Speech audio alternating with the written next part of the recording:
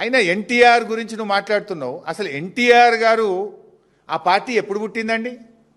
రాహుల్ గాంధీ మన ముఖ్యమంత్రి అంజయ్ గారిని రాజీవ్ గాంధీ గారు మన ముఖ్యమంత్రి అంజయ్ గారిని అవమానిస్తే కదా తెలుగువారి ఆత్మగౌరవ నినాదంతో పుట్టింది ఆనాడు తెలుగుదేశం పార్టీ. ఇదే కాంగ్రెస్ పార్టీ ప్రధానమంత్రి రాజీవ్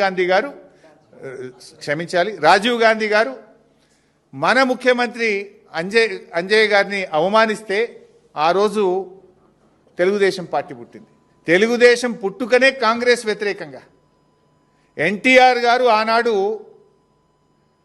కాంగ్రెస్ పార్టీకి వ్యతిరేకంగా జాతీయ స్థాయిలో నేషనల్ ఫ్రంట్ నెలకొల్పిండు కదా. కాంగ్రెస్ భూస్థాపితమే నా లక్ష్యమని ఎన్టీఆర్ గారు ప్రతినబూనిండు కదా. నిజంగా కాంగ్రెస్ భూస్థాపితమైతే ఎన్టీఆర్ గారి ఆత్మశాంతి చేకూరుతుంది. నీకు అంత ప్రేమ ఉంటే పోయి తెలుగుదేశంలో ఉండను, ఎందుకు కాంగ్రెస్లోకి వచ్చినావు? నువ్వు ద్రోహివి నిజంగా చెప్పాలంటే. ఇవాళ తెలుగుదేశం నుంచి బయటకు వచ్చి నువ్వు ద్రోహం చేసినావు తెలుగుదేశానికి.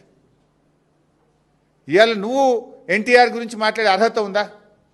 ఎన్టీఆర్ జీవితం అంతా కాంగ్రెస్ వ్యతిరేకంగా పోరాడిండు. గల్లీ నుంచి ఢిల్లీ దాకా కాంగ్రెస్ వ్యతిరేకంగా పోరాడిండు.